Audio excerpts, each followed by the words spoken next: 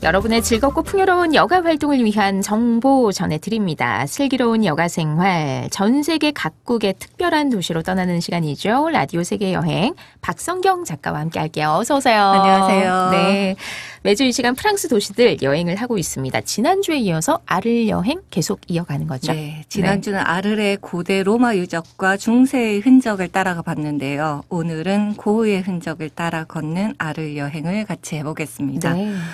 고흐는 1888년 2월부터 약 15개월간 아르에 머물면서 300점이 넘는 작품을 완성했습니다.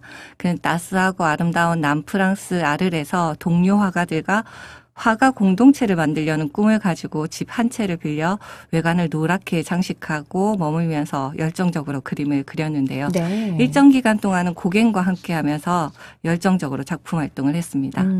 보이는 라디오 함께 하신다면 사진까지 감상하실 수 있습니다.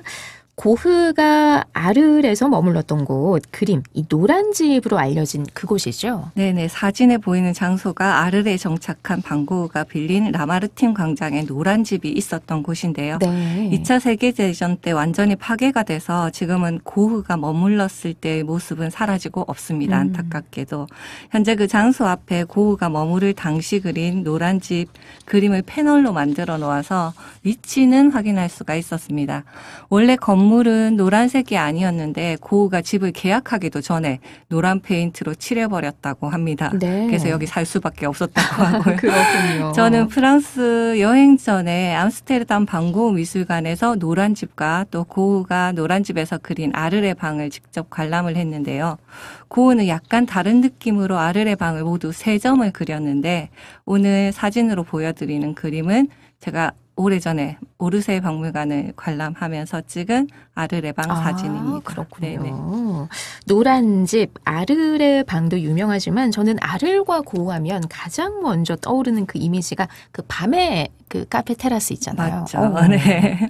많은 분들이 아르 여행을 한다면 가장 네. 인상적인 장소로 꼽는 곳 중 하나가 아닐까 싶은데요. 아르에 들렀다면 고흐의 대표작 중 하나인 밤의 카페 테라스 배경이 된 곳, 카페 반고흐에도 가봐야겠죠. 꼭 가봐야죠. 네. 네. 노란 벽면과 밤이면 조명을 받아서 반짝이는 테이블이 매력적인 장소지만 실제로 고흐가 이 카페를 그렸을 때 카페 외관을 노란색이 아니었다고 합니다. 당시 가로등 불빛 때문에 카페 벽이 노랗게 보였던 것을 그림에 그렇게 표현한 건데 고흐의 그림과 일치하도록 카페 주인이 노란 페인트 칠을 해서 현재는 조명 없는 낮에 찾아가도 샛노란 모습을 볼 수가 있습니다. 그림에 맞게끔 또 네. 칠을 했군요. 네, 사진 또 봐야죠. 고흐의 그림처럼 이 밤 풍경을 가지고 오셨어요. 정말 아름다운 모습. 또 그림을 마치 이렇게 보고 있는 것 같아요. 저도 직접 그 앞에 가서 보니까 네. 1888년에 그린 고흐의 그림이 눈앞에 있는 것 같더라고요. 네. 고흐가 그린 작품에 나오는 카페 이름은 테라스였지만 그림이 유명해지면서 워낙 많은 사람들이 찾아와서 카페 이름을 반고흐로 바꾸었습니다. 네. 네. 원래는 노란 벽면이 아니었는데 1900년대 초에 벽면을 노란색으로 칠해서 반고흐의 그림과 흡사하게 재단장을 해서 지금 130년째 운영을 하고 있고요. 네.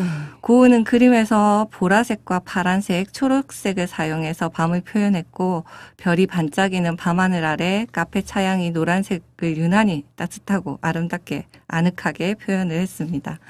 그림 밤의 카페 테라스는 네덜란드 크렐러밀러 박물관에 전시돼 있거든요. 제가 아르에 가기 전에 1년 전에 네덜란드 여행을 하면서 직접 그림을 받고 그때 찍은 사진을 지금 보이는 라디오로 보여드리고 있는데 네. 그림을 보고 나서 이곳을 찾아서인지 더 감격스럽고 또 행복한 그러겠어요. 마음이 들더라고요. 네. 앉아서 뭐 차 한 잔 이렇게 술 한 잔 마셔도 좋겠지만요. 그냥 고흐의 그림을 감상을 하듯 이렇게 보기만 해도 좋겠다 싶거든요. 네. 저도 그냥 바깥에서 보기만 했습니다. 그러니까요. 네. 이제 그리고 어디로 한번 가볼까요? 네. 이번에는 아르의 도시 분위기를 더욱 포근하고 멋스럽게 만드는 론강을 따라가 보겠습니다. 네. 네, 아르 구시가 쪽에서 론 강변을 걷다 보면 넓은 계단을 따라 오르게 돼 있는 크랭크타유 다리를 만나게 되는데요. 이 입구에도 고흐가 그린 크랭크타유교의 계단 그림 패널이 서 있는 걸 볼 수가 있습니다. 네, 사진 또 보겠습니다. 보이는 라디오 통해서 사진 고흐의 그림 그 패널과 실제 또 계단 모습이 같아 같아 보이거든요. 네네. 이게. 여기서 그림을 그린 거죠. 이 위치에서. 네네. 고흐가 그린 그림 속 다리는 지금 완전히 다시 건설돼서 현재 지붕이 없는 다리가 돼 있고요. 그림에 아주 작게 그린 나무는 사진에서처럼 실제 아주 크게 자라 있습니다. 네. 이 다리를 그린 그림이 여러 점 있는데 모두 개인 소장이어서 직접 보기는 어려운 점이 좀 아쉬웠습니다. 그리고 아르레 론강 하면 고흐가 그린 아르레 별이 빛나는 밤의 배경이 된 곳이라 더 특별하게 여기는 분들이 많으실 텐데요.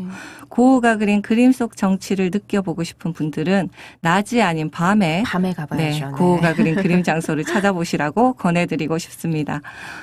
그림의 배경이 된 곳에는 어김없이 그림 패널을 세워놓아서 고흐의 시선에서 풍경을 보게 해뒀는데요.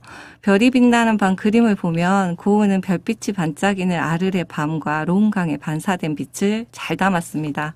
밤하늘과 수평선의 경계를 모호하게 처리하고 강 주변 거리의 불빛도 마치 별빛처럼 묘사해서 언제든 손을 뻗으면 별에 닿을 수 있을 것 같은 그런 느낌을 주는데, 그러니까 날이 밝을 때 가니까 그런 게 안 보이더라고요. 전혀 느낄 수 없는. 네.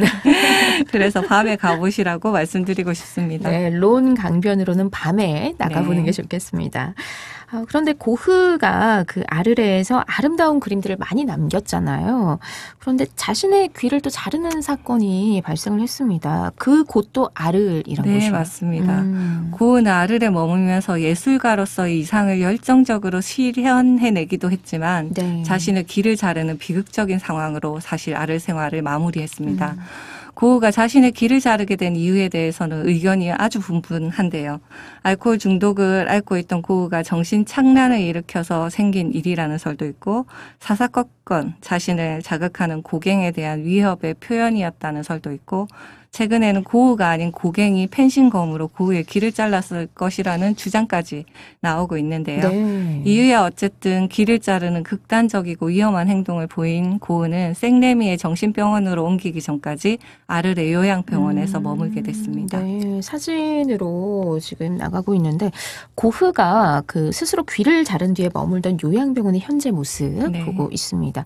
이곳 역시 고흐가 그린 그림으로 고흐의 흔적을 표시해 뒀어요. 네, 고흐는 요양소의 정원이라는 그림에 자신이 머물던 병원의 정원 풍경을 그렸습니다.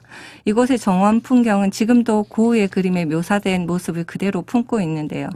조금은 쓸쓸한 느낌이 들었습니다. 이곳은 고흐가 머무를 당시에는 병원이었지만 1986년 병원이 폐쇄되면서 고흐를 위한 문화공간으로 헌정이 됐습니다.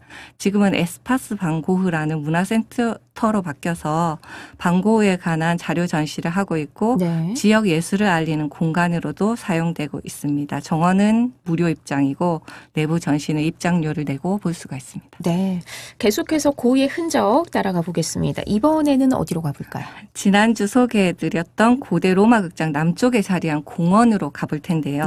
이곳에도 고흐가 그림을 그린 위치에 공원 그림 패널이 서 있습니다. 지금도 1888년 그림 속 풍경과 비슷하지만 가로등과 계단 등이 새로 생긴 것을 확인할 수가 있습니다. 그리고 여기서 나와서 도심에서 조금 더 벗어나 알레스캉 묘지를 둘러보면 입구 산책로에도 고흐의 그림 패널이 서 있습니다. 알레스캉 묘지 한번 둘러보겠습니다. 정말 그 공원부터 묘지까지 아르레 구석구석을 그림에 담았어요. 네, 아르레에서만 300점 넘는 그림을 그렸다니까 구석구석 그렸겠죠. 이 알레스캉 묘지는 3세기 아르레 초대 주교인 성 트로핌의 장례식에 예수가 나타나서 석관 뚜껑에 무릎 자국을 남겼다는 전설이 있어가지고 기독교 신자들이 가장 사랑하는 묘지였고 또 순례지였습니다. 그런데 고흐는 순례자들이 찾는 유적지보다는 풍경에 더 마음이 갔는지 중세 무덤 사이 가로수길을 그림에 담았더라고요. 알레스캉 묘지를 나와서 제가 아르레에서 고흐의 흔적을 따라 마지막으로 찾아간 곳은 고흐의 다리로 불리는 도계교가 있는 곳이었습니다. 네, 사진 또 보겠습니다. 나무로 된 다리인데 밑으로 또 배가 지나갈 수 있게끔 다리가 양쪽으로 들어 올려지는 이게 도계교네요. 도계교. 고흐는 고향 네덜란드를 그리워하는 마음을 담아서 아르레 도계교를 여러 점 그렸답니다. 원래 그림을 그린 지점은 2차 세계대전 때 폭격으로 파괴가 되었는데 이를 아쉬워하는 사람들이 너무 많아가지고요. 아르시에서 전란에서 유일하게 살아남은 비슷한 이 목재 도개교를 고흐가 그린 그림이 있던 그 위치 비슷하게 옮겨놓고 네. 반고흐 다리라고 이름을 붙였습니다. 네. 고흐가 1888년 당시 그린 도개교 그림은 아까 말씀드렸던 네덜란드의 크렐러밀러 미술관에서 볼 수가 있는데요. 네. 랑글루아교 아래에서 빨래하는 사람들이라는 제목이거든요.